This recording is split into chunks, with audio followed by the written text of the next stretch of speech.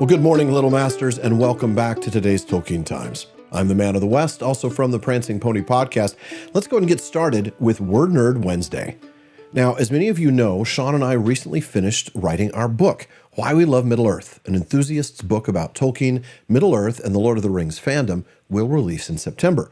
But wow, the last few weeks of the process were brutal. And as a writer friend once told me, the hardest part of being a writer is writing. It was so tough, I think, that at one point I foolishly declared the book, or at least the process of writing the book, as the bane of my existence. Now, as often happens, that triggered both my inner Tolkien fan and my inner word nerd, as Isildur's Bane immediately crossed my mind. So today's Word Nerd Wednesday will be covering the word Bane and its very interesting history. Now, according to the Oxford English Dictionary, Bane is a native English word first appearing in Middle English, inherited from Old English bana or bona, spelled with an A or an O, and I may not be pronouncing those correctly, meaning killer, slayer, murderer, a worker of death. And while there isn't an Indo-European root that it can be traced to with any degree of certainty, it still manages to show up all across the Germanic language spectrum.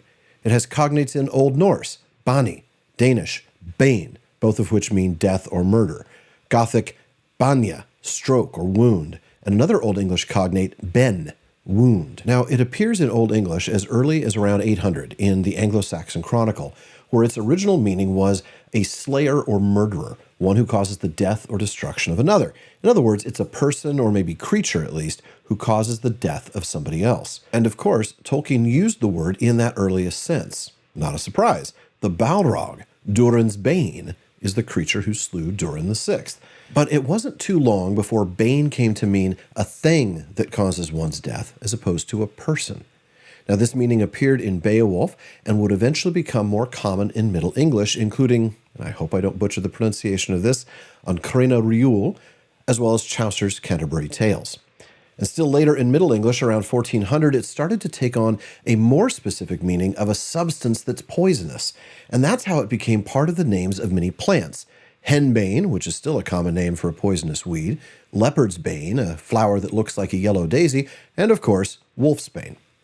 But still later, around 1577, bane started to take on a more figurative sense of something which causes ruin or woe, or a curse, which is now the ordinary sense. Nowadays, we might refer to something as the bane of my existence. And it's become even more figurative recently. You hear people refer to just the slightest annoyance as the bane of my existence. A quick Google search shows people referring to anything from school to an annoying neighbor to the homework or the sprint to finish a book as the bane of their existence. Now, that's hardly a curse, and it's certainly nothing that's going to kill you. It's just a bit of a pain. And we see that the word has really weakened over time in just a little over 1,000 years.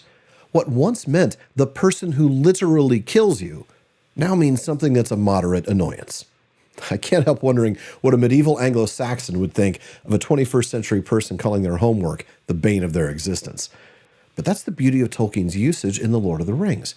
He's taken the word back to its original meaning, or meanings, both with Durin's Bane and Isildur's Bane. Now, somebody out there is probably asking the question, when Tolkien uses the term Isildur's Bane to refer to the ring, is he thinking of it in the thing sense that we see in late Old English and early Middle English, that is, a thing that causes death, or is he using it in the original sense of a person? In other words, when Tolkien calls the ring Isildur's Bane, is he personifying it a bit? That's an interesting question, but the text actually gives us a pretty clear answer in Faramir's voice. Faramir asks Frodo, and what is Isildur's Bane? He doesn't ask who. And later on, we see that he clearly equates it with a thing when he says, clearly it is a mighty heirloom of some sort.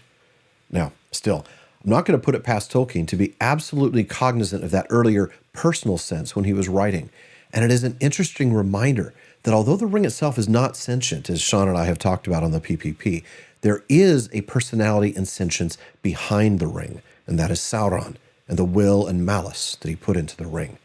And while Sauron wasn't directly responsible for Isildur's death, the ring that he made is clearly seen by lore masters in Middle-earth as responsible for his death. Otherwise, it wouldn't be thought of as Isildur's Bane.